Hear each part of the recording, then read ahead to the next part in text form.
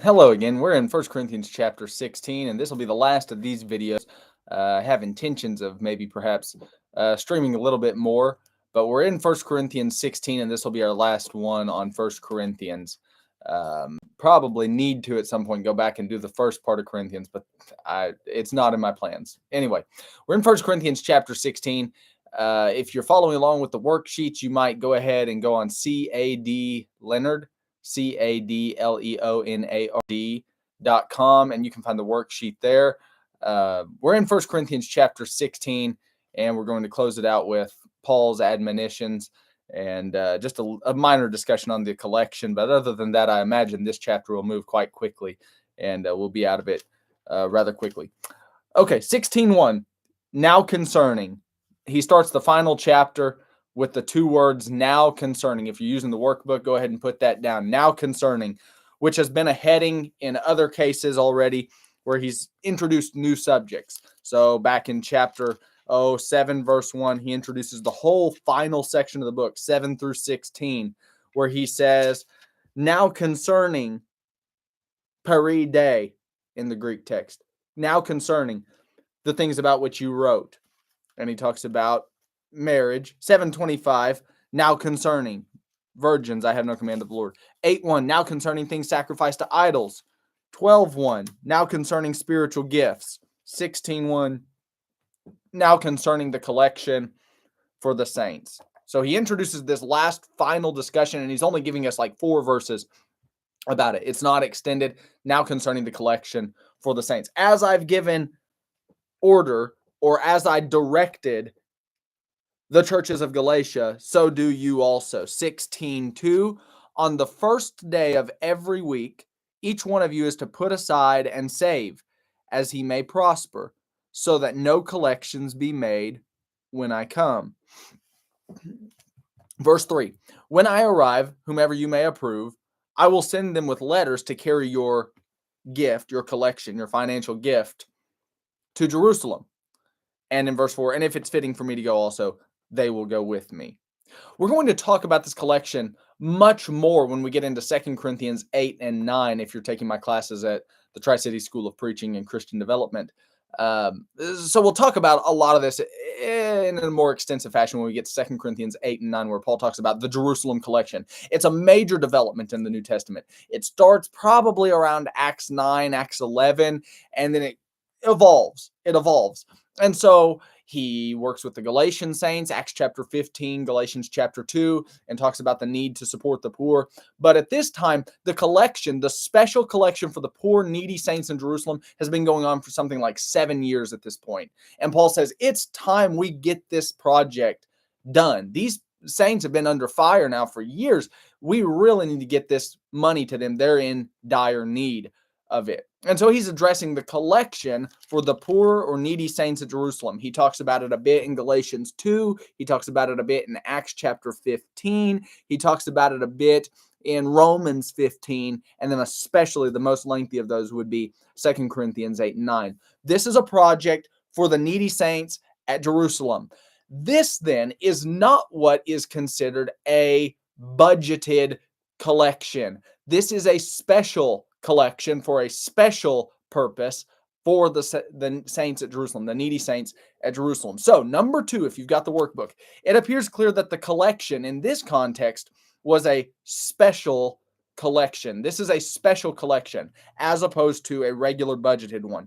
And it's clear enough if you look at the context, if you stay in the context. 16:3 has it this way: when I arrive, whomever you may approve, I'll send them with letters to carry your gift, this collection, to Jerusalem. He's very clear. 16:3, this fund is going to Jerusalem. Anybody who comes to this text then and says, well, Paul's talking about a budgeted collection. He's talking about, I'm ordering everybody to give on the first day of the week.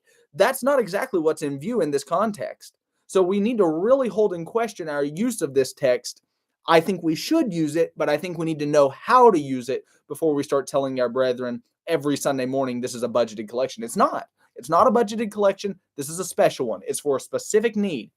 Not too long ago here at Cherokee Church of Christ in Johnson City, Tennessee, we took up a special collection. We had this Hurricane Helene, and it even reached as far inland as Johnson City, which is very rare, very just absolutely out of the ordinary.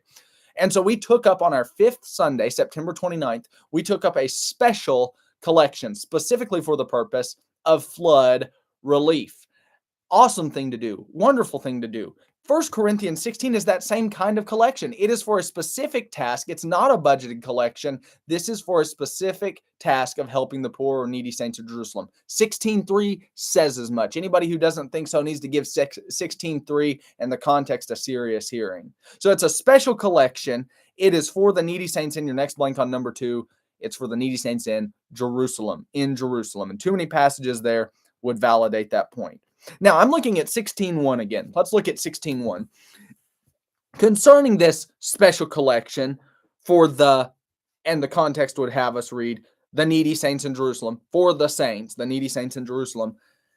Some translations say, I have given order. And we hear that as saying, I'm telling you, I'm bossing you, I'm ordering you.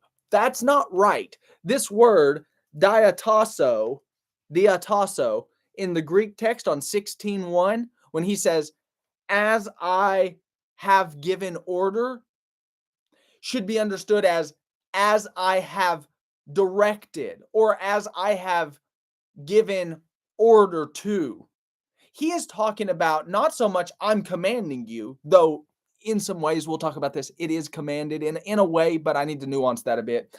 But he's more talking about the structuring, the arrangement by which one takes up the collection.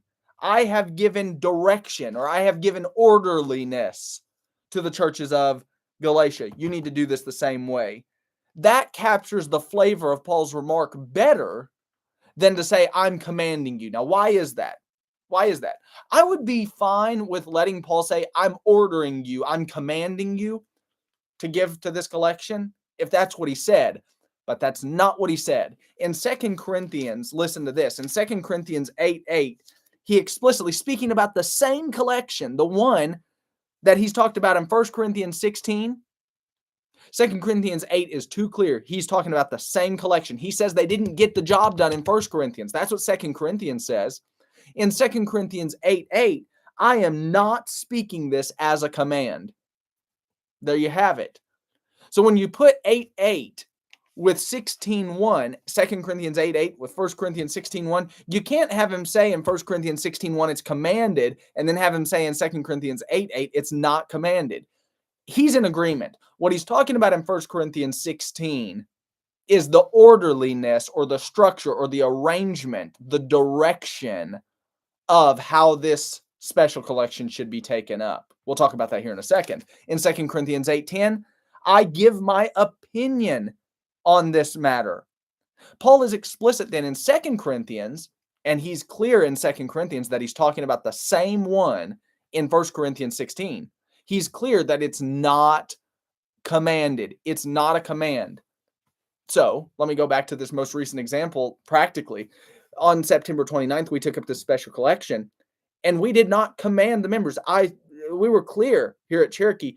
If you have extra funds, if you feel the need to give to this collection, do it. But it's not a command. It's not a command. God's not telling you have to give to this. In 1 Corinthians 16, it's a special collection, not a budgeted one, for the specific need of relieving the saints in Jerusalem, the poor, needy saints in Jerusalem. In 16:1, he says, I'm giving you order or direction on how to take up such a special collection. Well, what should it look like? I'm in 16:2, 1 Corinthians 16:2. He says, on the first day of every week, each one of you is to put aside and save as he may prosper, so that no collections be made when I come. He gives some orderliness as to how this is to happen. First day, every week, and it needs to be public. How do we know that it's supposed to be a public thing? Well, he explicitly says on 16:2, so that no collections be made when I come. That's pretty clear, isn't it? Isn't that pretty clear? If they were just keeping it privately at their homes, then it wouldn't be, then they would need to take it up when Paul arrived. But Paul explicitly says, when I do arrive, you should have already had all this together. So they need to be giving it to the church, the elders, if there were elders at Corinth. More on that later in 1 Corinthians 16. So that they wouldn't have to take up the collection when he gets there. He says you need to be doing this every week, laying to this public fund at the congregation. So he gives some order as to how this would happen to make it most efficient or effective. In 1 Corinthians 16:2, first day. Why first day? It's when the Lord rose.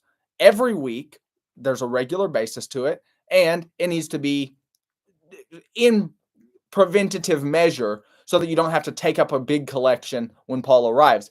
You've been doing this first day every week so that you don't have to bring your funds to the congregation when Paul gets there. You've already been giving them to the church. The funds are ready to go when Paul gets there. He is giving this order to make the most out of this special collection. It should be done effectively, expediently. And so our blank on number 3 is how. This should be understood as Paul's command of how to perform the contribution rather than a command to do it. Number 4, this is important, and we kind of just touched on this, but number 4, the laying by in store for this special collection was public or to the congregation because, it was to be done on the first day of the week, which would be of no real consequence if it were just in somebody's home. If you and your wife were just setting aside a thing, it wouldn't really matter as much if you did it on Monday or if you did it on Sunday. The Sunday, first day of the week, comes in because this is when the church convenes. 4b, it was to be completed by the time Paul arrived. It was public. It was to the congregation. It was to be completed before Paul arrived. That way, when Paul did show up, they wouldn't all have to take their funds that they'd collected privately at their homes and then bring them. It was to be done first day, every week, publicly to the congregation, to the church. Now, number 5 on the workbook.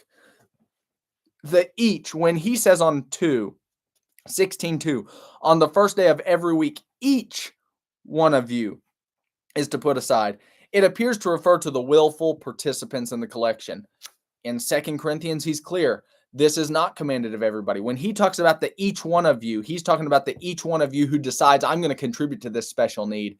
Those of you who do that needs to be done on the first day, every week, publicly to the congregation. He's talking about the willful participants in the collection. So, Paul said that the congregation should approve. I'm looking at 16:3. When I arrive, whomever you may approve. Paul said that they should approve men to grab hold of the collection to take it to Jerusalem.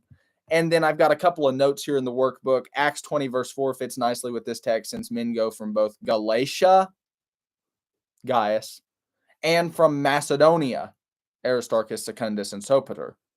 So you've got men from both Galatia and from Macedonia. Those are your blanks on number 5. The congregation should approve men from both Galatia and from Macedonia are to go. These would be nice little notes to put in the margin of your Bible, I think. And then Paul uses others to take the gift since it would validate his financial, that's your next blank, financial integrity. When Paul gets other people, a number of them, so says Acts chapter 20, involved on this collection project, he's got a number of witnesses to say Paul wasn't robbing the collection. Paul wasn't taking from the funds. He wasn't using this for his own use. Paul was responsible with the finances. He's a man of financial integrity. And then your last blank there, Paul views the New Testament church, a Jew-Gentile hybrid, as fulfilling the Old Testament expectation of the Messianic kingdom. There's more on that I'll talk about in 2 Corinthians 8 and 9. Isaiah 60 imagined the Messiah's day as having Gentiles bringing gifts to the Jews. And Paul sees that imagination of the prophet and says, aha, see how this connects? And he says, here are Gentiles, Corinthians, sending financial gifts to Jerusalem. And he sees this as a proof, or maybe it's just an interesting proof, but it's a proof nonetheless. This is the kind of thing Isaiah was dreaming of. And he says the Messiah's era is here. He pushes us to go back to read Isaiah 2, Isaiah 60, and say, oh, well, the Gentiles bring their gifts to Jerusalem? Isn't that what's happening here? Messiah must be here. Only the Messiah and his arrival would push Gentiles at large to send finances to the poor, needy saints, Jews of Jerusalem. The Messiah might just have arrived. Even Gentiles are buying into the crucified Lord. That's part of Paul's point. Now let's get this list here. If you're going to preach on giving, this might be a good little list to use as you preach on giving. I've got some references here. If you've got the worksheet, find it on cadleonard.com, cadleonard.com. The Corinthians giving was supposed to be individual. 1 Corinthians 16:2, individual. It was supposed to be 6b, purposeful or planned. Individual, 6a, individual. You're going to have to make up your own mind on what you give as he has prospered. You might give more than I do. You might give less than I do. Neither one's a problem. You're going to have to make up an individual commitment to give. Number B, 2b, 6b, purposeful. The giving was supposed to be purposeful or planned as he has prospered. Later on in 2 Corinthians 8:10 and 2 Corinthians 9:7, he's going to talk about purposing in his heart, so let him give. This is not just to be some circumstantial, haphazard, thoughtless, brainless gift. This should be thought out, planned, purposeful. 6c, willful. Paul is clear. It's not a command. 2 Corinthians 8:8. He's only giving his opinion. 8:10. But when in 8:9 of 2 Corinthians he says, but then just let me remind you of this. Don't you remember Christ hanging on the tree, though he was rich, yet for your sakes he became poor, that you through his poverty might be made rich? Well, when you put it that way, I suppose, if Jesus Christ was the greatest giver to humanity, who am I to withhold? And all of a sudden, it ought to be willful. We, like the voluntary Christ, ought to just say, God, you need somebody to send. You need somebody to gift the world. Pick me. I'll do my part. I'll do what I can. And we willfully give. D, cheerful. It ought to be cheerful. Christian giving ought to make us happy, joyful, cheerful. We see the purpose to it. We see what we're doing. We're giving like God did in Jesus Christ. Let's recover that. 6e, bountiful. Bountiful or liberal. Don't be stingy. Don't be stingy with your gift. Don't hold back like Ananias and Sapphira did, and certainly don't lie about it. Ananias and Sapphira are right to hold part back. Don't misunderstand me. If you need to hold part of your funds back, hold part of your funds back. Paul never says you need to give beyond. In fact, in some of these contexts, he's not even talking about the need for us to give necessarily. He's urging us, but he's not urging us. He tells us about Christ who was a giver, but he doesn't say you have to give. You have a liberty to keep some of your money, he says. But then we see Christ and we're like, we can do better. We can do better. So we ought to be bountiful or liberal with our giving. Give what you can and give with a good heart and give like Christ would have you do, and it'll all take care of itself. 6F, sacrificial. Don't just give when it's easy. Don't just give when it's easy. You've had good weeks before, haven't you? When you've made extra $500, extra $5, extra $1,000. And when you make those extra monies, don't be stingy with them. Don't be stingy with them. Be sacrificial. Be sacrificial. Dig deeper and give not just when it's easy. Be sacrificial with your giving. And does Paul say you have to? Such is the nature of giving. Paul, in these contexts, is not telling us that we have to give. But boy, isn't he urging us, especially with Christ hanging on the tree as the backdrop, 2 Corinthians 8:9. Our giving should be faithful or trusting in God, that is. We give. We know God's got our backs. We know he's good for what he's promised us. His promises are not nullified. God's good for it. And then 6H, local. In 1 Corinthians 16, they're taking up a local collection, and they do use it for more distant funds in Jerusalem. But our contribution ought to be to the local church to some extent. And if the local church decides to use those funds elsewhere, that's fine. But our contribution should be going to the local congregation. 1 Corinthians 16 says something about that. Okay, let's move into 16:5-9. If you have questions on that, I've only skimmed the surface. There's a lot more in 2 Corinthians 8 and 9. If you've got questions or you want to push me on any of that on 1 Corinthians 16, 1 through 4, shoot me an email, drewleonard@live.com. I'd be happy to entertain it. 16, 5 through 9. He says, "But I will come to you after I go through Macedonia, for I am going through Macedonia. And perhaps I'll stay with you or even spend the winter so that you may send me on my way wherever I may go." 4, verse 7. "I do not wish to see you now just in passing, for I hope to remain with you for some time, if the Lord permits. But," verse 8, "I will remain in Ephesus until Pentecost." And the reason for that, he says in verse 9, is there's a wide door for effective service that's been opened to me. And there are many adversaries, or maybe even there are many adversaries, as if the adversaries are somehow kicking against that open wide door, an opportunity. Okay, in 16:8, where is Paul? 16:8, he's in Ephesus. Now Ephesus, let me see if I can draw this. It's going to be tough for me to do. I'm mirrored, you see. Let me just forget the map for a second. Actually, don't do that. Let me show you on the map. Paul is at Ephesus. And if I can find a marker here, I'm going to show you where Ephesus was.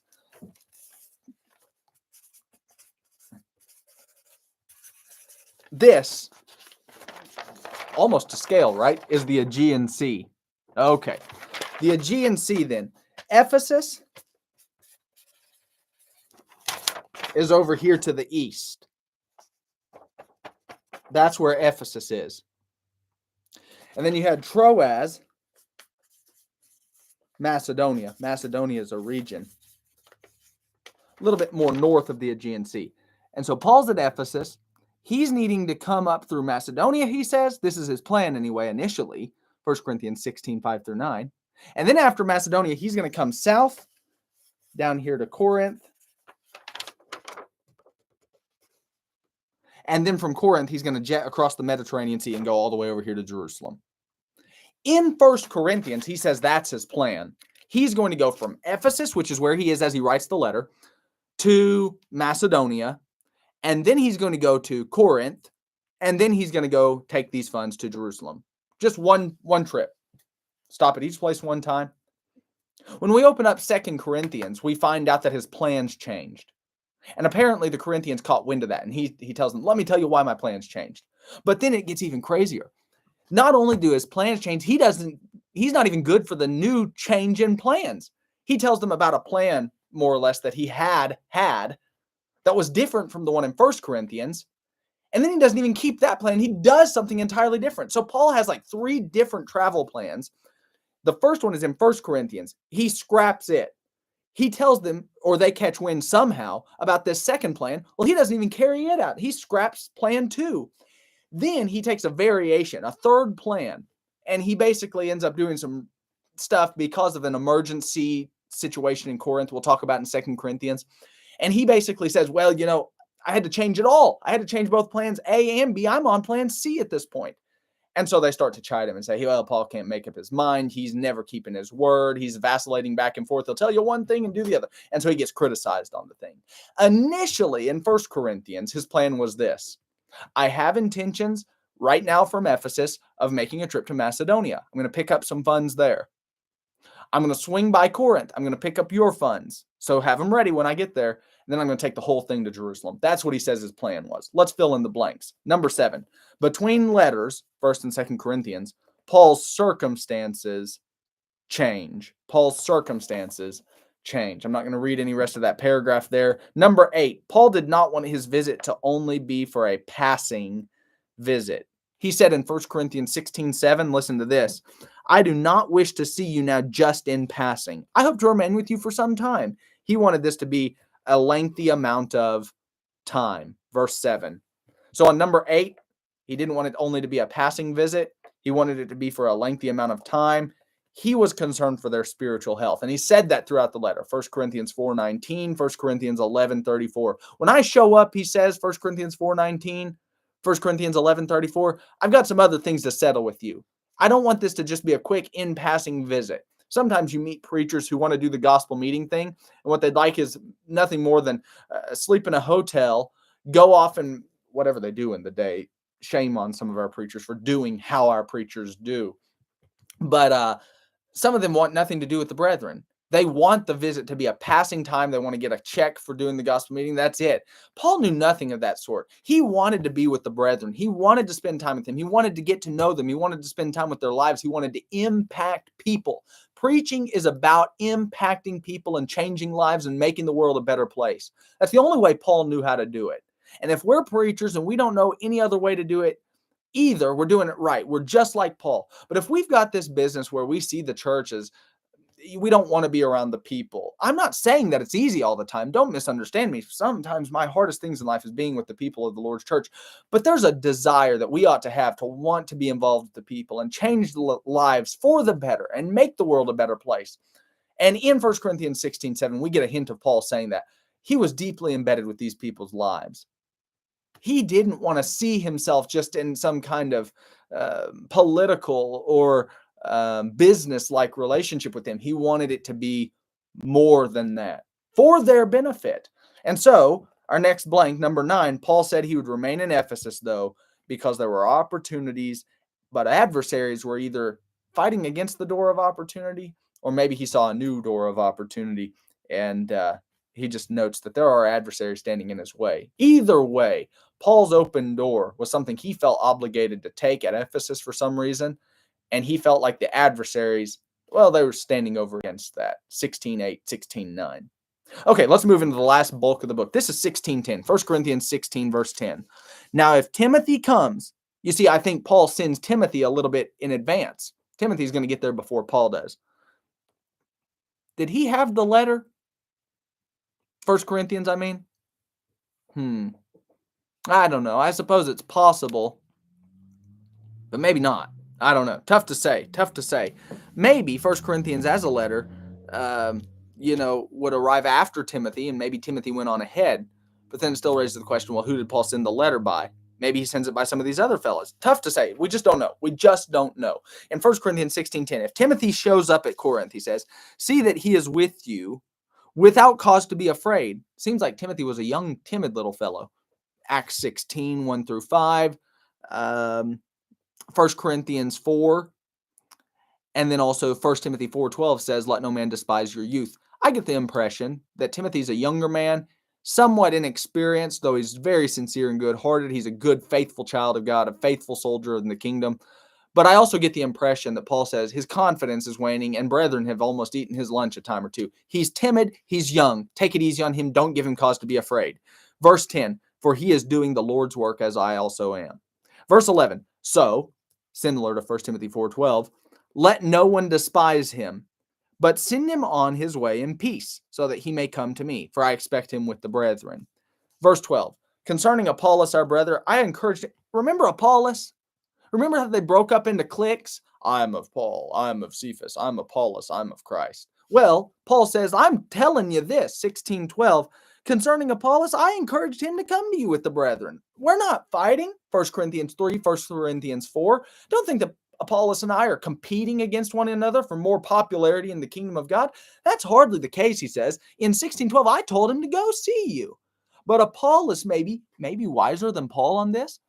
Apollos, it says, did not have the desire to come now, but he'll come when it's the right time, when he has opportunity. Maybe Apollos said, tensions are high at Corinth, Paul, and I know you want me to go there and you feel like I could do some good maybe, but here's a problem, Paul. These brethren are splintered, and they're splintered over even having favorite preachers like you and me. And what if Apollos had wisdom to say, this is not the right time? Folks, you're going to have things that come up in life, and you're going to think this is the right thing to do. And it might be the right thing to do, but it may not be the right time to do it. Don't feel bashful for trying to strategize and be wise and thoughtful and make the most out of situations. Paul had opportunities that he even bypassed. Apollos had an opportunity that he bypassed, didn't have the desire. He felt like it wasn't the right time, the right opportunity. There are things that we could do that wouldn't be wrong. They might be right, but it's not a question as to whether or not something's right or wrong every time. Sometimes it's a good, better, best question. And in this case, apparently Apollos felt like it was better or even best for him to do something other then go to Corinth. In 1 Corinthians 16:13, then, be on the alert, stand firm in the faith, act like men, be strong. Let all that you do be done in love. Boy, don't they need to hear that. Let all that you do be done in love. 15, now I urge you, brethren, you know the household of Stephanas, that they were the first fruits of Achaia, and that they devoted themselves for ministry to the saints. Well, I'm urging you, brethren, that you, verse 16, be in subjection to the kind of men like that, such men, and to everyone who helps in the work and labors. I rejoice over verse 17 I'm in, 1 Corinthians 16:17. I rejoice over the coming of Stephanas and Fortunatus and Achaicus, because they've supplied what was lacking on your part. Interesting. Paul says he was met up with by Stephanas, Fortunatus, and Achaicus. Maybe they would take the letter, 1 Corinthians, back to Corinth. Tough to say. Verse 18, they've refreshed my spirit and yours, therefore acknowledge such men. So he praises the household of Stephanas. He praises Stephanas and Fortunatus and Achaicus. The churches, verse 19, of Asia greet you. Aquila and Prisca greet you heartily in the Lord with the church that is in their house. All the holy brethren greet you. Greet one another with a holy kiss. Verse 21, the greeting, by the way, this one, it's in my own hand. Paulos. If anyone does not love the Lord, verse 22, he is to be accursed. Maranatha. Verse 23, the grace of the Lord Jesus be with you. Verse 24, my love be with you all in Christ Jesus. Amen. All right, let's get these last blanks and call it quits. Number 10, Paul would send Timothy. He appears to be young and timid. And so maybe if Timothy's already there and he's trying to make things happen, and then all of a sudden here comes Paul's 1 Corinthians, which in some ways is a sharp little piece. Maybe that could heighten tensions that already existed or could possibly break out between Timothy and the church at Corinth. Paul, in the letter, as he tails off, says, let me be clear, don't give it to Timothy. When I say give it, I mean don't dish it out on Timothy. Paul's saying, take it easy on the young lad. Don't give him reason to be fearful, afraid. So that's the impression we get from the whole New Testament. Number 11, Paul wanted to send Apollos to Corinth. May have been that Paul thought he could show up, Apollos could, and smooth out some of these difficulties. Maybe that's the case, but maybe Apollos thought that it'd go just the other way. I think I might make it worse if I show up. I could kick this party that favors me into a whole new wreckage. Maybe that's what his thought was. Whatever it was, Apollos said, it's not the right opportunity, not the right time. Verse 12. Number 12 in the workbook. Paul reminded them to stand firm in the faith. Typical call for Christians. Stand firm, act like men, be strong. Maybe he's even drawing on Psalm 31, 23, and 24 at that point. Paul reminds them to do all things in love. Number 13. 1 Corinthians 13, he had a bit to say about charity or love, didn't he? Do all things in love. Knowledge puffs up, but love edifies. That's what he said in 1 Corinthians 8, 1 through 3. Number 14 in the workbook. Paul lists Stephanas, who is an obvious supporter of his, but he also says to subject oneself to such men. And he's strategically opening possibilities for others as leaders. Did Corinth have an eldership? Remind me. Did Corinth have an eldership? You don't know? I don't either. Text doesn't say now, does it? In all that we know about Corinth, we don't have a clue about what kind of leadership they had there. Maybe they did have an eldership. Maybe they did have deacons. If they did, we never hear about them. And if they did, Paul's certainly not a fan of theirs now, is he? All we hear in the book is about how ignorant they are. They act like babies, infants, children. He says there's not a wise man among you, 1 Corinthians 6, 6 through 8. If Corinth even had elders, Paul says they need to get in tune with the word of the cross. They've lost it. They need to recover the scandal, the word of the cross, because it's not shaped them into sacrificial, selfless, loving people. In 1 Corinthians 16, Paul doesn't say that they've got elders, but what he does do is he praises about 3 or 4 different people. Stephanas and his household, and then Fortunatus and Achaicus. And in a number of ways, he says, subject yourself to these kind of men. He also says, they've refreshed my spirit. And he also says, acknowledge such men. Such men. That's your blank on number 14. Such men. If they didn't have elders, it would appear that they were getting close to having them in people like Stephanus, Fortunatus, and Achaicus. Why? They were the kind of men you'd want in leadership. They had the right idea. They got the big picture. They didn't obsess over these little stupid things that we sometimes squabble over. Your church have chairs or pews? Who cares? In the congregation you attend, do you have a building or do you meet in a home? Who cares? Oh, you do meet in a building? Well, can you see the baptistry? Or is it in a cattle trough somewhere in the back lawn of the church building? Who cares? And these are the things we fight about.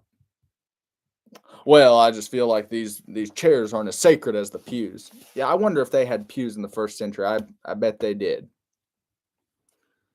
Well, the baptistry. Remind me where there's a baptistry, as we know it in our Western world, in the New Testament. Oh, they were baptized in rivers and streams and creeks and seas. These are the things we fight about. And men like Stephanus, Fortunatus, and Achaicus, they didn't bother with a thing like that. They saw the big picture. They got the big picture. They got it right. And they didn't obsess over stupidity. God help us have leaders like Fortunatus, Achaicus, and Stephanus. Now, they may have been, here's your next blank on number 15. They may have been kin, K-I-N. They may have been kin. We don't know. Maybe they were. There's no mention of elders. That's your next blank on 15. No mention of elders in 1 Corinthians. These men were close, though. They were getting close. Aquila and Priscilla, Acts 18, were co-workers of Paul, and they had the church gather for assemblies in their homes. In their home. Number 15, Aquila and Prisca. Number 16, the holy kiss was a cultural form of greeting in that day. Also, I've mentioned the right hand of fellowship, etc., etc. Number 17, Paul said that his greeting, this is verse 21, was in his own hand, indicating, number one, he might have used a penman. Romans 16:22 mentions that the Roman letter, the letter to the church at Rome, was written by Tertius. So maybe Sosthenes was even a scribe for Paul, and he signed off on it as he dictated to Sosthenes what to write. 1 Corinthians 1:1. Or two, it could be that his signature was also then a mark of authenticity. I think both of those are highly possible. His signature would be a mark of authenticity. There were false letters circulating in that day bearing the names of the apostles, but the apostles have to later rebut 2 Thessalonians 2:1 and 2. Letters like that are not from us. Tricky stuff. That's why we've got to check. We've got to study. We've got to know what God's about and say, is this in line with who God is? And then number 18, Paul's word, which follows this remark of judgment, is Maranatha. That's an Aramaic word, and it means this: come, Lord. Revelation 22 ends in a similar way, though there's a lot of context in Revelation. It's about the Roman crisis under Domitian. But in 1 Corinthians 16:22, he ends us with this Aramaic word. Maybe it's a plea, begging, Lord Jesus, please come. Or maybe it's a fact. Our Lord is coming. You can bank on it. It's a promise. Maybe that's it. Nonetheless, whatever he means by Maranatha, either one of those two ways, he ends with, come Lord, or Lord is coming. And the Corinthians need to know that. Back to 16:14, it should reshape the way they do everything. Everything should be done in love. Well, here's what we've learned in 1 Corinthians. We've learned about a wild and woolly group now, haven't we? They are tough. This congregation has a divide right down the middle of it. They are struggling with all sorts of divisions, taking brethren to court, one party against the other, suing the other. You got people picking their favorite preachers. Well, Paul's not really as smart as Apollos, who's a more eloquent speaker, and he was trained at Alexandria. He's really the intellect here. And if you like Paul better than Apollos, you don't know what you're doing. That's the kind of stuff they're doing. in 1 Corinthians 8 through 10, well, this crew over here, they don't really even know whether or not they have freedom to eat the meats. We know we have freedom to eat the meats, and they divide over stuff like that. 1 Corinthians 11, they divide over things like the fellowship meal, and they break up into their cliques at the fellowship meals. Then 1 Corinthians 12 through 14, well, the tongue speakers, we're the big hitters. We're the big wheels here. And the other people who only have the gift of, let's say something like interpretation or healing, well, the real gift you would like to have is the tongue speaking. And they divide over stuff like that. They miss it on issues like marriage, miss it on issues. They make other things like taking brethren to court over petty finances more important than the fact that they've got incest right there in the mix, 1 Corinthians 5. They fail to overlook, they just simply overlook the fact that in 1 Corinthians 15, they're actually denying the bodily resurrection of Jesus by consequent, by implication. This is a congregation that's fractured. What do you do with a congregation that's fractured? You love it and you educate it. And that's precisely what Paul does. He's not soft on sin, but he is soft on people. And he's soft on people by loving them, but also at the same time educating them, trying to bring them around to a Christian worldview and how the word of the cross redefines the way that we operate in every way. Do you think that the word of the cross can prick your heart today, make you rearrange the way you approach life? I think it can, but you've got to let it.